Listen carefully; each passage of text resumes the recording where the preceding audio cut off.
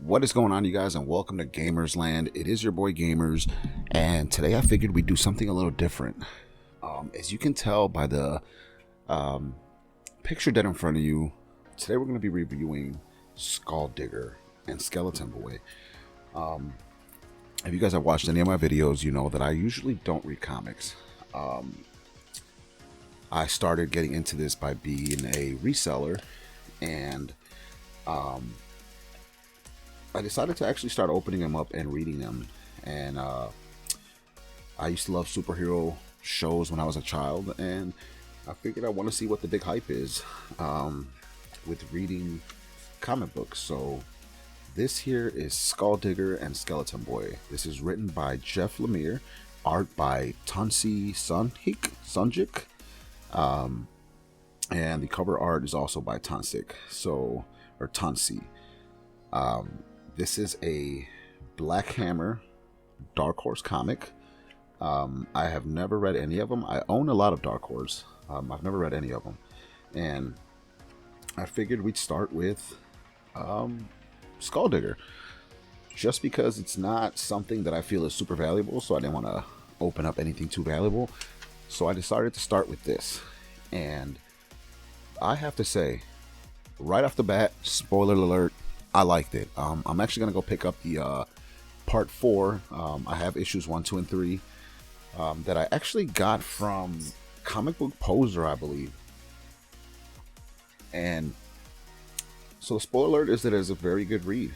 If you're into villains that are kind of like the Joker, and you're into the whole, obviously comic books are superhero versus villains, with the police being involved and all that type of hype, this is a very good read for you.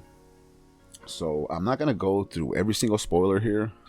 I'll kind of give you a little bit of explanation what the story is about, and I'll let you know what I think of it. So this starts off like a lot of comic books and shows about superheroes start, and it actually reminds me, the beginning reminds me a lot of Batman, just because of the way it was all set up. And it starts off with a kid who was with his parents eating at a restaurant, and it puts you in a scene where, as he's telling you what he was doing, he's telling you how this next part was the biggest mistake of his life. And the kid decides that he wants dessert. The mother told him, no, let's get out of here, you know.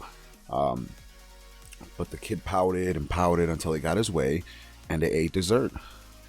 And it'll be something that he regrets the rest of his life, because once he was done eating dessert and they leave, there is a mugger, and the criminal mugger kills his mother and father, shoots him dead.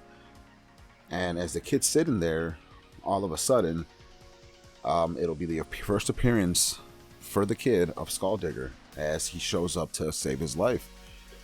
And right off the bat, you see that Skulldigger has a bit of a heart, because he apologizes to the child for not showing up fast enough. He says he heard the gunshots, but he couldn't get there in time, and he's sorry. He told the kid he was sorry a few times, which kind of lets you know this is one of these superheroes that has a heart. After he takes down the criminal, he tells the child to please look away, as he's going to finish off the criminal. And sure enough, he finishes him off in a pretty gruesome way. After that's all done, he pretty much is in police custody, and they are interrogating him. And the kid says nothing. He literally stays quiet. And for some reason, there's a cop that has something against Skulldigger. And once you get into it, it seems like she has had history with Skulldigger, and that's why she hates him so much. So at the end of it all, there is no talking from the kid saying that yes, it was Skulldigger, and the kid gets sent to a insane asylum. And while he's at the insane asylum, you know, Skulldigger's watching the news, and he ends up seeing that the kid was in a psych ward, and for some reason he wasn't having it. It doesn't really explain why he does what he does next, but he ends up taking the kid from the insane asylum and decides that he's going to train him, make him part of what he is, another, I guess you can call him a superhero. And in between all this, then you have the real villain of the whole storyline, which is Grim Jim. And I think they did a great job with Grim Jim. the way that he looks. He has this Joker look about him, which I like. And it seems like Grim Jim has a vendetta with a mayor of that town that they're in, whose name is Tex Reed. It seems like Tex Reed used to be a superhero in the 60s himself, and I believe the name of that superhero from the 60s was Crimson Fist, if I'm not mistaken. So the mayor used to be a superhero, and now obviously in his old days he retired and now he's trying to be a mayor. But it seems like Grim Jim had a problem with him, and Grim Jim has been locked up in an insane asylum. He ends up breaking out, and now his mission is to obviously go after the mayor. And while he's escaping going for the mayor, you have Skulldigger, who is going to start training Skeleton Boy, which at the time, he doesn't know what his name is yet. It's pretty funny. They actually have a discussion of what he wants his name to be, and Skulldigger tells him you can pretty much be named whatever you want. He's like, it's your name at the end of everything. After all that, the kid gets to training. He feels that he's ready. Skulldigger does not feel that he's ready. So all of a sudden, while the mayor is having his speech to the city, you have Grim Jim, who's coming down from a helicopter, and he is going to try to take the mayor. And Skulldigger is watching the news with Skeleton Boy. Skulldigger's like, hey, I gotta go.